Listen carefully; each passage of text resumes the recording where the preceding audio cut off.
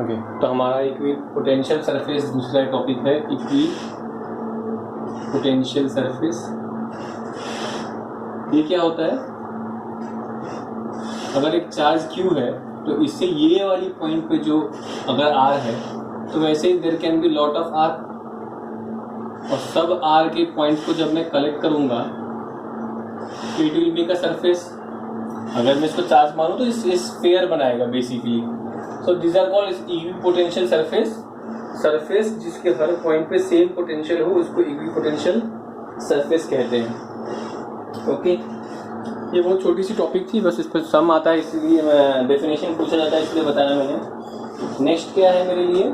System of charge का energy क्या होता है। नेक्स्ट क्या है मेरे लिए? सिस्टम ऑफ चार्ज का कुछ एनर्जी होता है। एनर्जी क्या होता है? जैसे स्प्रिंग में, ये नॉर्मल स्प्रिंग है, इसको आप कंप्रेस कर दोगे यहाँ तक, ऐसे कंप्रेस कर दिया आपने तो इसके अंदर आपने एनर्जी भर दिया है। अब आप जब छोड़ोगे तो ये अपनी एनर्जी वापस छोड़ेगी। उसी तरह से एक नॉर्मल चार्ज पहले यहाँ पे Q आराम से बैठी हुई थी, ठीक है, और कोई भी नहीं था, लेकिन अगर आपने यहाँ पे एक छोटू Q लाया, यहाँ तक लाए हो, इस Q को यहाँ तक लाओगे, अगर स्प्रिंग यहाँ तक है तो कोई दिक्कत नहीं है, लेकिन वंस ये उसके दायरे में आती है और फोर्स लगने लगता है, एंड क्योंकि जैसे अगर ये पॉजिटिव है तो ऑफकोर्स रिपल्शन होने लगेगा। लेकिन अगर आप उसको यहाँ तक ले आते हो, means you have done work against this repulsive force, and that's why this two system of charges are here. तो अगर दो system of charges are at some distance are, then there must be some work done, क्योंकि अगर repulsive force को ठुकरा के अपने यहाँ तक पहुंचा है इस स्टेज पे, तो कहीं ना कहीं सारी एनर्जी इसके अंदर में स्टोर होगी। तो इसका एनर्जी क्या होगा वो हमें जानना है। तो बहुत सिंपल सी बात है, ये हम नहीं सोचेंगे। तुम ऑलरेडी जानते हो कि potential at this point is what, तो तुम बोलोगे when a unit positive charge is bring from infinity to that point, तो already you know V is W upon Q, और यू नो पोटेंशियल का डेफिनेशन फॉर्मूला से निकालो 1/4πε0 it's Q upon R। तो अगर R डिस्टेंस पे तुमको जानना है कि यहाँ पे पोटेंशियल क्या है, तो इट्स Q अपॉन R। तो in that case work is what? Work is QV। तो बस तुमको Q इंटू V करना है, तो V का फॉर्मूला तुम्हारे साथ है, इसको Q से मल्टीप्लाई करोगे तो क्या हो जाएगा? 1/4πε0 Q अपॉन R। तो this is energy stored in system of charge. तो अगर दो चार्ज Q और बड़ा Q और छोटा Q अगर R डिस्टेंस पे हैं तो इनमें इतना एनर्जी समाया हुआ रहता है। नेक्स्ट टॉपिक है हमारे लिए कैपेसिटेंस। तो ये कैपेसिटेंस क्या होता है? कैपेसिटेंस क्या होता है? तो कैपेसिटेंस क्या होता है, तुम लोगों को ये समझना पड़ेगा कि मान लो एक इंसुलेटर है, ठीक है, और basically capacitance is what? Ability to hold charge, ability to hold charge. तो जब किसी के अंदर में, तो सबसे पहली बात जब तुम पढ़े हो कि किसी के अंदर में अगर आप उसके अंदर में चार्ज रखते जाओगे तो उसकी पोटेंशियल भी बढ़ती है। If Q is increasing then V is also increasing, so basically Q is proportional to V, so Q is equal to CV। इसको ये कांस्टेंट की तरह आता है, तो ये हमारे लिए एक तरह का। सो कैपेसिटेंस बेसिकली क्या है? अगर मैं तुमसे पूछूं कैपेसिटेंस क्या है, तो तुम बोलोगे कितना कूलम लगा 1 वोल्ट बढ़ाने में। कैपेसिटेंस का मतलब ये है किसी नॉन कंडक्टर को, किसी इंसुलेटर को अगर आपने चार्ज देके किसी पोटेंशियल पे पहुंचाया है तो कितना पोटेंशियल लगा आपको, कितना चार्ज लगा आपको 1 वोल्ट चढ़ाने में, वो उस कैपेसिटी कहलाएगी, कैपेसिटेंस कहलाएगी किसी बॉडी की, ठीक है। तो अगर मैं ये पूछूं अगला कि कैपेसिटेंस का यूनिट क्या होता है, तो तुम बोलोगे 1 फराड। अब 1 फराड एक्चुअली में है क्या? तो अगर हम एक्चुअल वे में अगर जज करने जाए, तो मान लो मेरे पास एक स्फीयर है और मुझे मालूम है इस पे टोटल चार्ज Q है, तो इसका पोटेंशियल क्या है वो भी मुझे मालूम है। अगर ये रेडियस R का है तो तुम ऑलरेडी फॉर्मूला जानते हो 1/4πε0 Q/R होता है। बट तुमने क्या सीखा है इसी से कंसेप्ट में, अगर मैं 4πε0 को यहां ले आऊं और R को भी ले आऊं तो यहां बन जाएगा Q/V विच इज कैपेसिटेंस। मतलब मुझे अगर एक रेडियस R की स्फीयर मिली हुई या मुझे उसका कैपेसिटेंस जानना है तो इट इज 4πε0R। अब दूसरे वे में जाते हैं, तो अगर मैं 2 मिनट के लिए बोल रहा हूं कि कैपेसिटेंस इज 1 फराडे, अगर मुझे 1 फराडे जानना है क्या है, तो मान लो इसकी कैपेसिटेंस अभी 1 फराडे है। तो अगर इसकी कैपेसिटेंस 1 फराडे है तो तुम क्या करोगे, तुम जानना चाहोगे रेडियस क्या है, तुम बोलोगे रेडियस क्या हो जाएगा, वापस 4πε0 नीचे ले आओ, तो ये क्या हो जाएगा C/4πε0। ये 1 फराडे है, ये C तुम्हारा क्या है, इसको मैं अगले स्टेप में 1 फराडे लिख देता हूँ। लेकिन 1/4πε0 का वैल्यू क्या होता है वो तुम लोगों ने इलेक्ट्रोस्टैटिक में ही सीखा हुआ है कि 1/4πε0 is 9 × 10⁹ and C is 1 faraday. मतलब जब ये दोनों मिलेंगे तो रेडियस की वैल्यू क्या आई 9 × 10⁹ मीटर। ये धरती से भी बहुत बड़ा है। तो बेसिकली 1 फराडे का जो कंसेप्ट है ये यूनिट है, बट एक्चुअल केस में फराडे, एक फराडे कभी होता ही नहीं है। इतनी बड़ी कोई रेडियस वाली चीज है ही नहीं जहां पे तुम इतना चार्ज स्टोर करो। तो प्रैक्टिकली 1 फराडे का केस ही पॉसिबल नहीं है। It's a very big quantity which is practically not possible. ये तो बस हम डिस्कस कर रहे हैं। दूसरा क्या है, तो जो हमारे एक्चुअल यूज में आता है वो पिको फराड में आता है 10⁻⁻12। हम काफी छोटी क्वांटिटी में फराड का इस्तेमाल करते हैं, 10⁻12 ऐसा केसेस में हम फराड का इस्तेमाल करेंगे। अब आते हैं कि कैपेसिटर क्या होता है। कैपेसिटर का कंसेप्ट तो समझ में आएगा, कैपेसिटर क्या होता है। तो तुम्हें समझना है कि मैंने तुम लोग को दूसरे तरीके से भी समझाया हुआ है। पहले मैं चोर वाला मेथड से समझा दूं कि ये पॉजिटिव पॉजिटिव है, ये बॉडी पूरी पॉजिटिव पॉजिटिव है, तुमने इस पे चार्ज मारा हुआ है तो तुमको मालूम है Q is equal to CV होता है। तो तुमने कुछ चार्ज दिया है तो ये भी किसी पोटेंशियल पे है। ओके, अब तुम किसी एक न्यूट्रल बॉडी के लेके आ जाओगे तो न्यूट्रल बॉडी में नेगेटिव पॉजिटिव दोनों होता है, बट ड्यू टू दिस बाजू वाले में अगर पॉजिटिव ज्यादा है तो इसकी भी कम से कम ज्यादातर नेगेटिव इस सरफेस पे आ जाएंगे और ज्यादातर पॉजिटिव इसके वजह से यहां आ जाएंगे। इस नेगेटिव के आने से, पहली बात, इस नेगेटिव के आने से इसकी पॉजिटिविटी में कुछ कम आ जाएगा। ये इसके ऊपर शैडो टाइप का क्रिएट करेगा, इसके चार्ज को काटने की कोशिश करेगा। तो इसके अंदर में अगर Q की कमी, अब जैसे पोटेंशियल की कमी आ जाएगी, क्या होगा, पोटेंशियल की कमी आ जाएगी।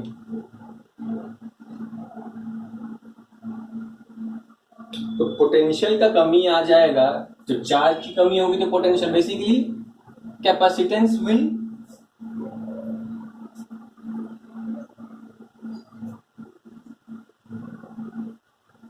तो ये जब आता है तो जो इसका पोटेंशियल है वो डिक्रीज होता है। तो अगर तुम यहां पे ध्यान दो तो potential is inversely proportional to C। C नीचे आ जाए तो potential is inversely proportional to C। अब थोड़ा सा क्या होता है हमारे लिए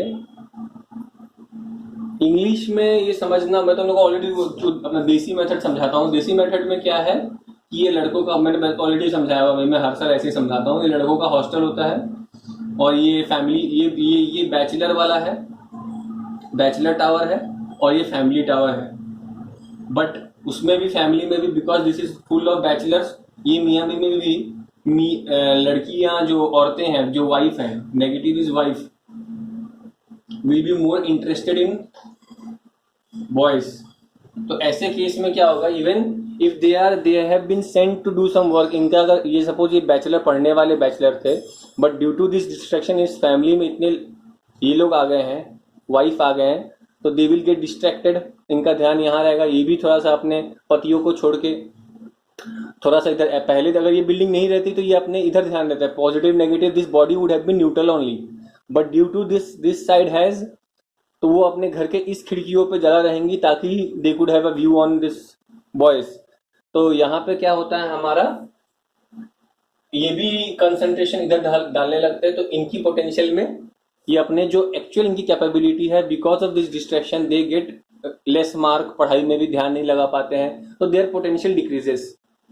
ये रीजन है। तो पोटेंशियल डिक्रीज होगा तो V is inversely proportional to C, तो कैपेसिटेंस इंक्रीज होगा। मतलब क्या, कैपेसिटेंस इंक्रीज होगा मतलब what, ability to store charge will increase. Why? Because initially we thought that 10 people is sufficient to do some amount of work. Now that they are distracted, we require 15 of them to do the same amount of work. So in a way you have increased capacitance to hold, to do the same amount of work. You can send more charges out there. ये होता है। तो ये concept होता है। Book में तुम लोग को यहाँ पे अर्थिंग का केसेस दिखाया होगा, और ऑफ कोर्स ये बात है जिसकी बीवी का चक्कर चल रहा हो इन लड़कों से, उनके पति क्या कर लेंगे, जाके धरती के अंदर दफन हो जाएंगे। सो क्या बोलते हैं इसको, सुसाइड, जाके धरती के अंदर चले जाएंगे। तो दैट्स द रीजन। तो ये एक तरीका है बेसिकली, दो प्लेट्स को, ऑपोजिट प्लेट को साथ में लाने से आप उस सिस्टम की चार्ज स्टोर करने की एबिलिटी बढ़ा देते हो। ये बेसिक रीजन है।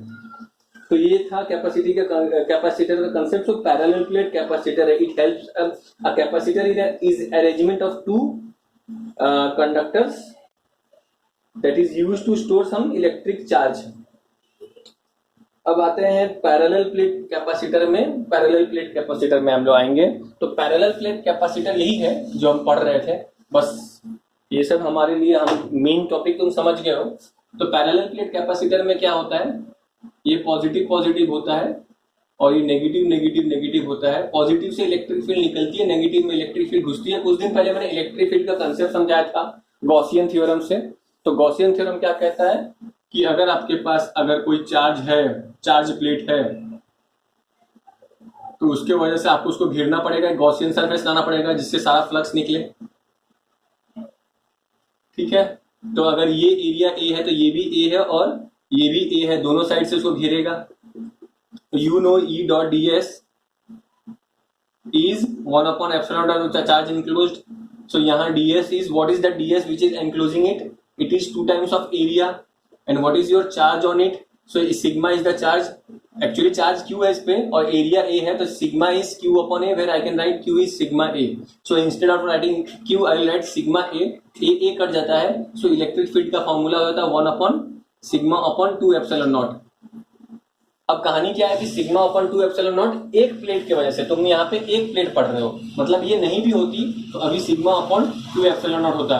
तो अगर दूसरा प्लेट ला दोगे नेगेटिव नेगेटिव नेगेटिव वाला, तब इलेक्ट्रिक फील्ड क्या होगी, एक और σ/2ε0 होगी।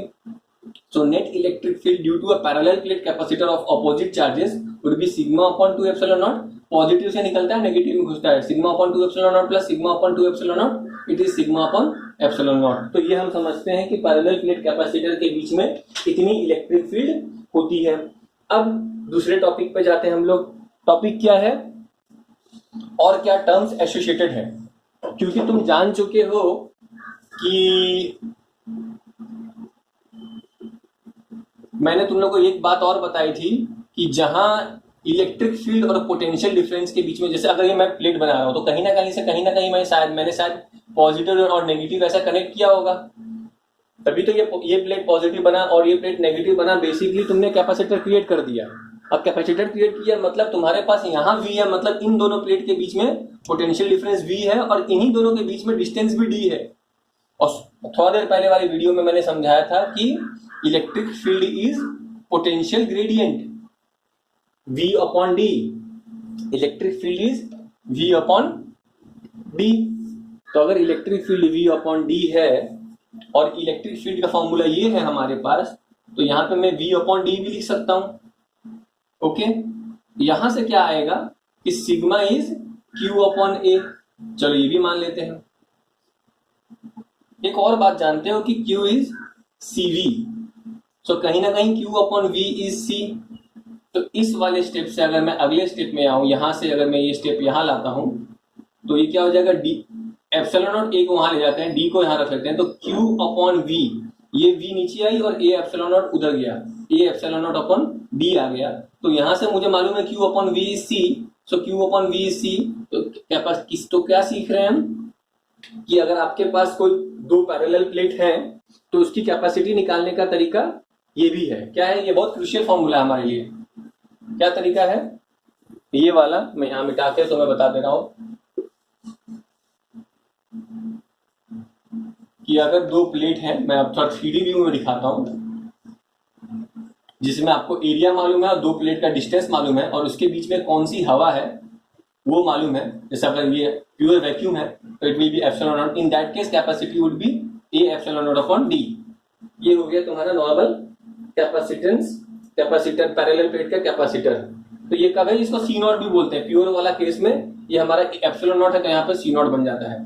तो ये केस हो गया तुम्हारा to find capacitance of a parallel plate capacitor. अब जब तुम सीख चुके हो कि किसी दो प्लेट के बीच का कैपेसिटर, अगर ये पॉजिटिव प्लेट्स हैं और ये नेगेटिव है, तो तुम सीख चुके हो कि C not is epsilon not A upon D, ये होता है तुम्हारा कैपेसिटेंस। लेकिन अगर ये मीडियम डाल दिया जाए, इसके अंदर कोई डाइलेक्ट्रिक मीडियम डाल दिया जाए, अब डाइलेक्ट्रिक मीडियम डालने से क्या होता है वो हम देखेंगे। मान लो मैंने एक डाइलेक्ट्रिक मीडियम डाल दिया, तो डाइलेक्ट्रिक मीडियम क्या होती है, कोई मीडियम होता है, सपोज ऐसा मीडियम है, ठीक है।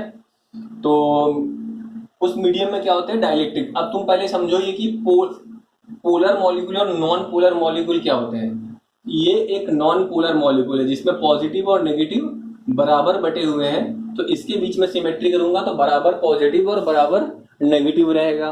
लेकिन कुछ मॉलिक्यूल्स, किसी मीडियम के मॉलिक्यूल्स ऐसे होते हैं जब वहां पे सेपरेशन ऑफ चार्जेस होता है। फॉर एग्जांपल, ज्यादा पार्शियल पॉजिटिव इधर रहता है, partial negative. Example, for example HCl। HCl में कोई कंपाउंड अगर HCl से बनी हुई है तो तुमको मालूम है इसके पास एक है, इसके पास दो है, तो तुमको मालूम है क्योंकि ये मोर इलेक्ट्रोनेगेटिव है तो अपनी तरफ खींचेगा, तो electron cloud will be more on this side, so it will B partial negative partial. तो जो मीडियम ऐसे मॉलिक्यूल से, एक पोलर मॉलिक्यूल से, ये पोल क्रिएट हो गए, ये पोलर मॉलिक्यूल हो गया। तो जो मीडियम ऐसे पोलर मॉलिक्यूल से बनती है वो एक dielectric medium, di electric two electric, ऐसा डाई इलेक्ट्रिक मीडियम कहलाती है। तो तुमको एक बात तो समझ में आ गया कि सेपरेशन ऑफ चार्ज होता है, वो मॉलिक्यूल्स न्यूट्रल नहीं होती है।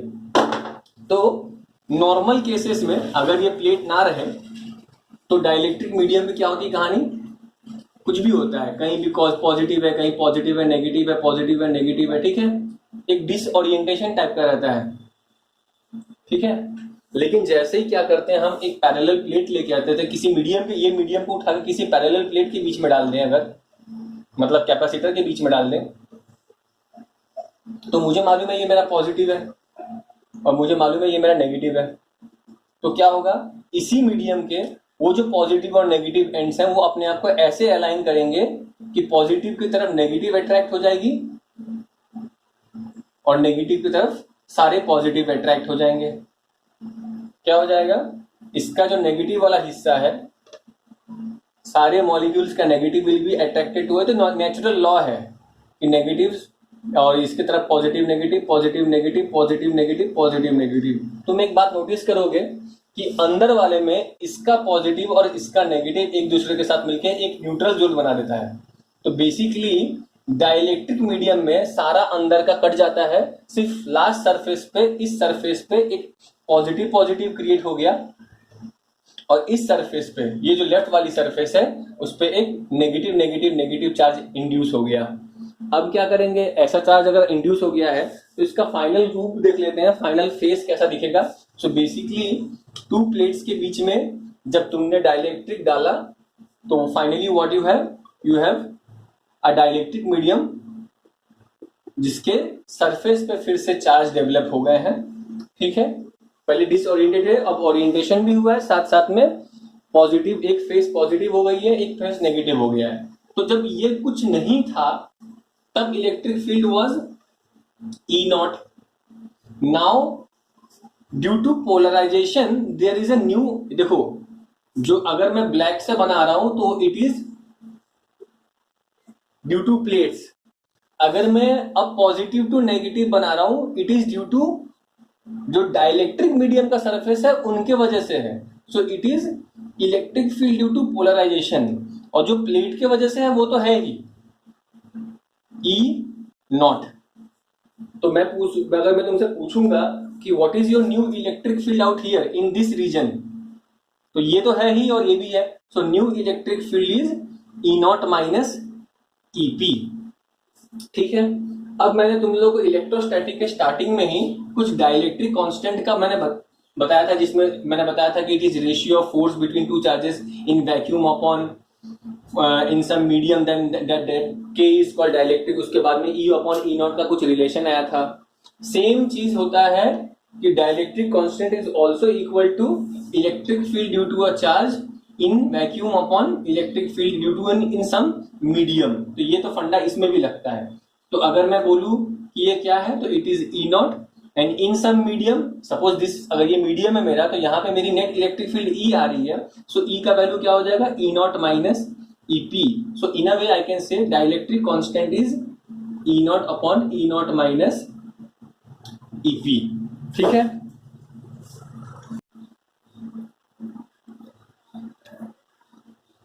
ओके। तो अब अगर हम आए कि कुछ नए टर्म्स हैं। पहला टर्म है व्हाट इज पोलराइजेशन डेंसिटी।